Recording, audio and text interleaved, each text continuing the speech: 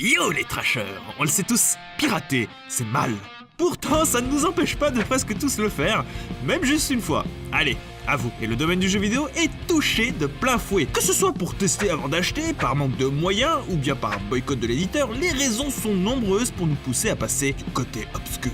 La solution pour nous y empêcher, rendre les jeux plus difficiles à pirater ou des serveurs qui vérifient l'authenticité du jeu. Mais il y a parfois bien plus original et cruel. Je vous propose de se plonger dans cette histoire du jeu vidéo et les mystères qui entourent la guerre secrète contre le piratage. Avec l'ami Léo. Avant Internet.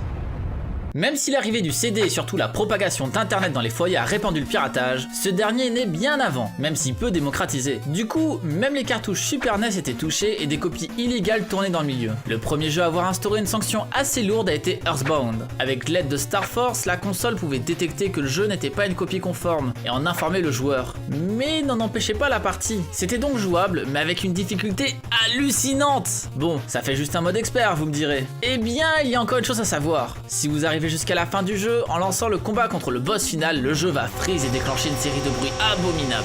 Seule solution pour arrêter ça, redémarrer la console. Et surprise, lorsque le jeu se relance, la sauvegarde n'existe plus car détruite. Pas sûr que ça donne envie d'acheter le jeu après ça. Sinon, pour éviter le piratage, il y avait aussi une méthode toute bête, avoir un code trouvable uniquement dans la notice du jeu physique, ce qui rendait impossible un passage à la personne ne le possédant pas. Un des plus connus à avoir fait ça était Zack McCracken. À un moment, un garde va vous demander un code trouvable dans la notice, trop d'erreurs et ce dernier vous mettra en prison, vous indiquant que pirater c'est mal dans un discours moralisateur et en vous mettant un game over dans la face. Mouahaha. Mais cette technique peut être contournée si quelqu'un donne la solution sur un bout de papier. C'était donc assez courant d'avoir des copies de notices pour plusieurs jeux. Et c'est là que sont arrivées des méthodes plus complexes, par exemple avec des disques fournis dans le jeu. Monkey Island a été l'un des premiers à utiliser cette technique. Ces disques fournis dans le manuel devaient être alignés pour avoir une date qui correspondait à une tête. Le jeu va donc montrer une des têtes et il faudra aligner les deux disques pour entrer la date correspondante dans le jeu, sans quoi ce dernier ne se lancera pas. Et là, impossible